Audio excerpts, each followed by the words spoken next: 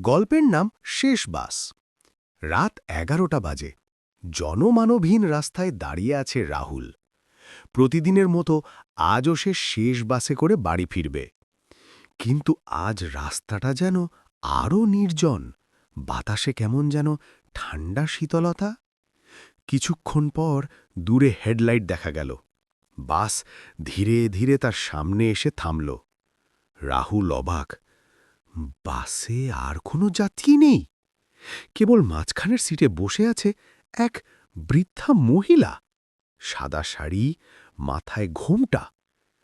Rahul ticket কেটে পিছনের দিকের বসে পড়ল। বাস চলতে শুরু করল।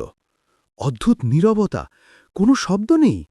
ড্রাইভারও কথা বলছে না, অন্যদিনের মতো গানও বাজছে না। হঠাৎ রাহুল লক্ষ্য করল বৃদ্ধা মহিলার পা মাটিতে ছোঁয় না, বাতাসে ভাসছে। রাহুলের বুক ধরপড় করতে লাগল। সে চোখ ফিরিয়ে নিতে চাইল, কিন্তু পারল না। মহিলাটি ধীরে ধীরে তার দিকে মুখ তুলল এবং ঠান্ডা হাসি দিল। তখনই বাসের লাইট ঝিকমিক করে নিভে গেল। চারি কেঁপে উঠল বাস। ড্রাইভার কোনো আওয়াজ না করেই চালিয়ে যাচ্ছে।